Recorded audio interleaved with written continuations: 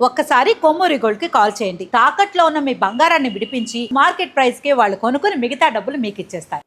అందరికీ నమస్తే, నేను మీ తిరుపతి. జమ్మూ కాశ్మీర్ పుల్వామా జిల్లాలో నిన్న ముగ్గురు ఉగ్రవాదులను మన భారతదేశ సైనికులు హతం చేసినటువంటి సంగతి మనకు తెలిసిందే. అయితే ఆ పుల్వామాలో ఉన్నటువంటి కొన్ని ప్రాంతాలలో నిన్న సర్చింగ్ ఆపరేషన్ చేసిరు మన భారతదేశ సైనికులు. కొన్నిటిపైన అనుమానం ఉన్నటువంటి వాళ్ళ ఇంటికి వెళ్ళి మరి చెక్ చేసేటటువంటి కార్యక్రమం చేశారు.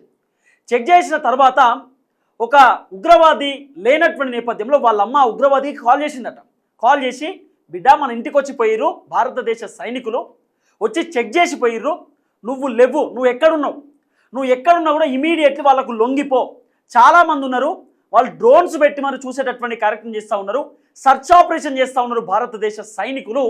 నువ్వు ఒకవేళ కనబడితే వాళ్ళు నిన్ను కాల్చి చంపేస్తారు, ఇమీడియట్లీ నువ్వు వాళ్ళకు లొంగిపో అని చెప్పి ఒక తల్లి నిన్న ఉగ్రవాదికి కాల్ చేసి చెప్పేటటువంటి కార్యక్రమం చేసింది. ఈ ఉగ్రవాదం ముందు తల్లి ప్రేమ కూడా ఓడిపోయినటువంటి దాఖలాలు మనం చూస్తున్నాం. వాళ్ళమ్మ మాట్లాడినటువంటి వీడియో సోషల్ మీడియాలో గట్టిగా ప్రచారం అవుతున్నటువంటి పరిస్థితి. ఉగ్రవాదికి కన్న తల్లి కాల్ చేసి, వద్దు బిడ్డ ఇంటికి వచ్చేయి, లేదా నువ్వు లొంగిపో అని చెప్పినా కూడా ఎక్కడ కూడా ఆ ఉగ్రవాది వినేటటువంటి కార్యక్రమం చేయలేదు. తొంగి దాక్కొని నక్కలాగా చిన్నగా మన భారతదేశ సైనికుల పైన వాళ్ళు నిన్న అటాక్ చేసేటటువంటి కార్యక్రమం చేశారు, భయపడుతూ ఉగ్రవాదులు. కానీ మన భారతదేశ సైనికులు మొత్తానికి ఆ ముగ్గురు ఉగ్రవాదులను హతం చేసేటటువంటి పరిస్థితి. సో కన్న తల్లి నిన్న తల్లడిల్లిపోయినటువంటి ఆ దాఖలాలు కూడా మనం చూస్తాం. ఒకసారి ఆ వీడియో మనం చూసేటటువంటి ప్రయత్నం చేద్దాం. ఆ అమ్మ ఉగ్రవాదితో మాట్లాడినటువంటి లాస్ట్ వీడియో ఇప్పుడు సోషల్ మీడియాలో వైరల్గా మారినటువంటి పరిస్థితి. ఒకసారి ఈ వీడియో చూడండి. వీడియో ఉగ్రవాది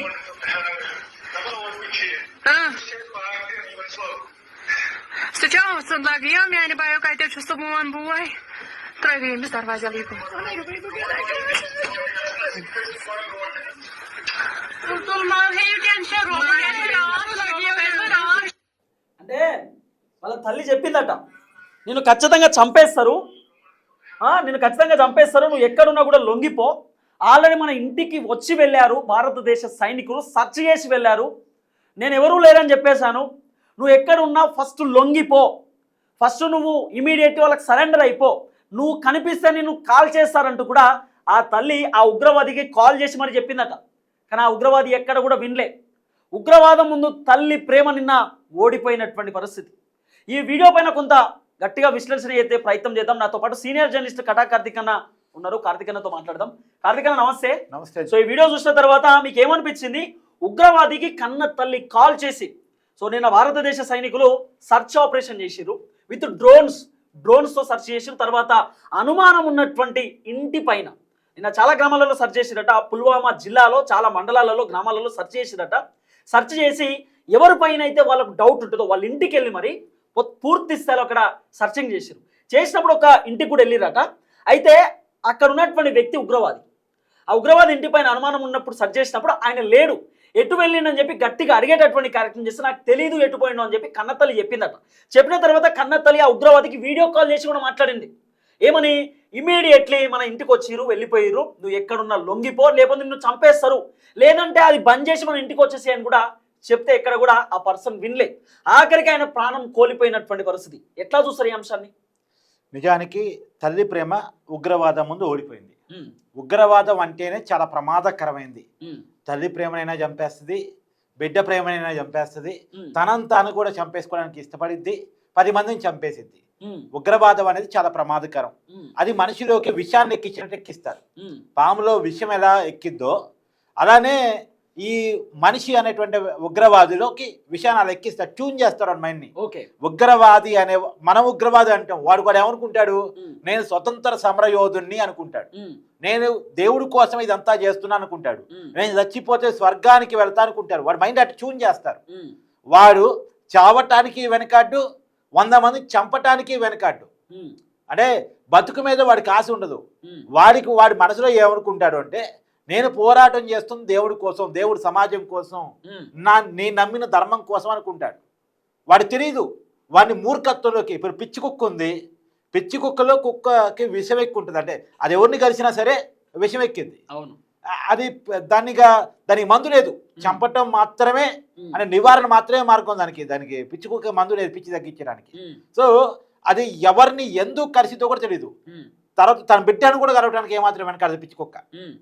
కాబట్టి మనం పిచ్చి కుక్కలు దూరంగానే ఉండాలి, వాటిని సమాజం నుంచి లేకుండా నివారించాలి. ఇప్పుడు ఇలాంటి ఉగ్రవాదులు పిచ్చి కుక్కలు.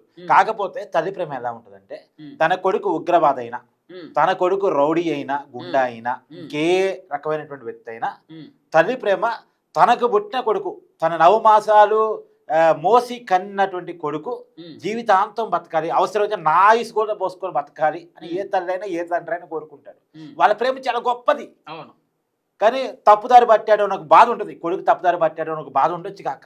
కానీ ఆమె చాలా క్లియర్ చెప్తుంది, లొంగిపో, చేసాం మనం తప్పు చేసాము, ఇంట్లోకి వచ్చి కూడా సెర్చ్ ఆపరేషన్ చేసిపోయారు, నేను ఎక్కడున్నాడో చెప్పలేదు, కాబట్టి నువ్వు లొంగిపో అని చెప్పేసి తల్లి పదే పదే ప్రాధేయపడినప్పటికీ కూడా తనలో ట్యూన్ చేస్తున్న ఉగ్రవాదం ఉంది కదా, ఆ ట్యూన్ చేస్తున్న ఉగ్రవాదం అతను లొంగిపోనీలా.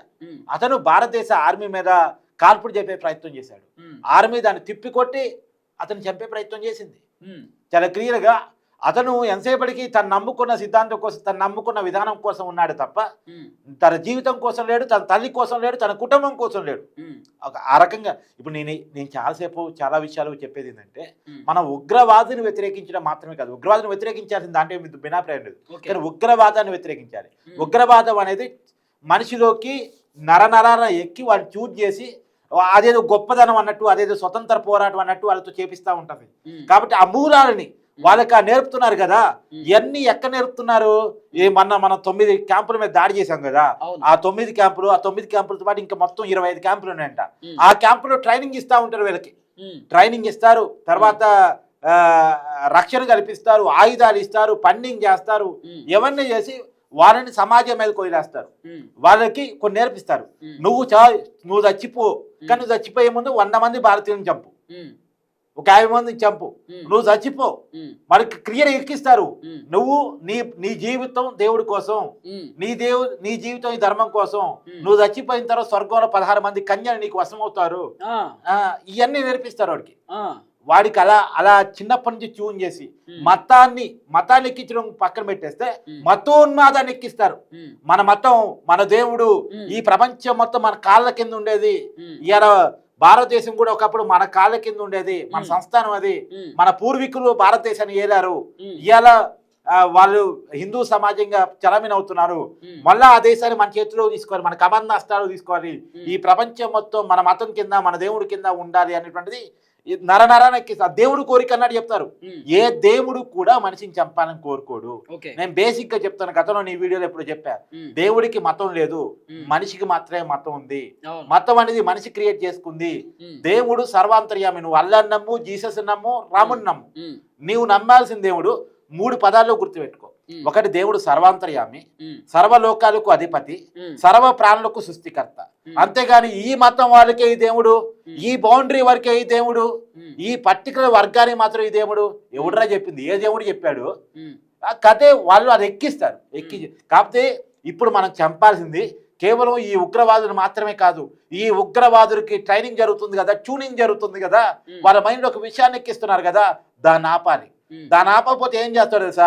వీడిని చాలా గొప్పోడు, స్వతంత్ర సమయోధుడు, మన దేశం కోసం చనిపోయాడు, మన మతం కోసం చనిపోయాడు, మన దేవుడి కోసం చనిపోయాడు, ఇతన్ని నవయో భగత్ సింగ్ వాళ్ళకు చూపించి, వాళ్ళ భాషలో మనకేమో మన సొంత సమయుడు భగత్ సింగ్ ఉదాహరణ తీసుకుంటాం, వాళ్ళు ఇలాంటి వాళ్ళని చూపించి, అసీఫ్ మహమ్మద్ షేక్ వీడి పేరు, వీడిని చూపించేసి ఇతను మన కోసం చనిపోయాడు, మన ధర్మం కోసం కాశ్మీర్లో పల్వామాలో దాదాపు 26 మంది భారతీయుని చంపేసి, ఇప్పుడు కూడా చనిపోయే ముందు కూడా భారతీయ సైనికుల మీద దాడి చేసి దానిలో చనిపోయాడు, గొప్పోడు, వీరికి అమరహే చెప్పాలి.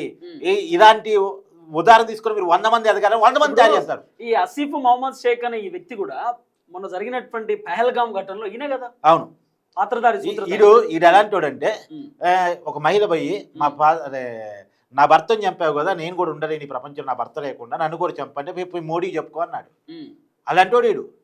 అయితే ఇలాంటి వాడిని చూపించేసి పాకిస్తాన్ వాళ్ళు మళ్ళీ ఇంకో 100 మంది తయారు చేస్తారు, నేను గొప్పడు అన్నట్టు చూపించి. కాబట్టి ఆ 100 మంది తయారీని ఆపగలిగితే, తయారీని ఆపాలి. ఫస్ట్ పాకిస్తాన్లో తయారీని ఆపాలి. మన ప్రపంచాన్ని చేస్తున్న సూచన కూడా అదే. అమెరికా ట్రంప్ గారికి నిజంగా చిత్తశుద్ధి ఉంటే అమెరికాకు ఒక విషయం గురించి చేస్తా ఉన్నా. 2001లో ట్విన్ టవర్స్ మీద దాడి చేసి, పెంటగాన్ మీద దాడి చేసి 3000 మంది అమెరికన్ ఉగ్రవాదులు చంపారు. గుర్తులేదా? 26 మంది భారతీయులను చంపితే 100 మందిని మట్టి పెట్టి వచ్చింది భారతదేశం. అది భారతదేశం గొప్పతనం. మరి నీకు పౌరుషం లేదా? నీకు లేదా ఉగ్రవాదం మీద పోరాడాల్సిన బాధ్యత? ఇలా పాకిస్తాన్లో ఉగ్రవాదులు ట్రైన్ అవుతున్నారని తెలిసి ఆ పాకిస్తాన్కి 1 బిలియన్ డాలర్లు అప్పిస్తావా? అంటే భారతీయ లెక్కల్లో 8,000 కోట్ల రూపాయలు అప్పిస్తావా? బాధ్యత లేదా నీకు? ఏం చేస్తావు? మళ్ళీ అదే పాకిస్తాన్ నీ దగ్గర ఆయుధాలు కొంటది, మళ్ళీ ఆ డబ్బు నీ దగ్గరికి వస్తాయి.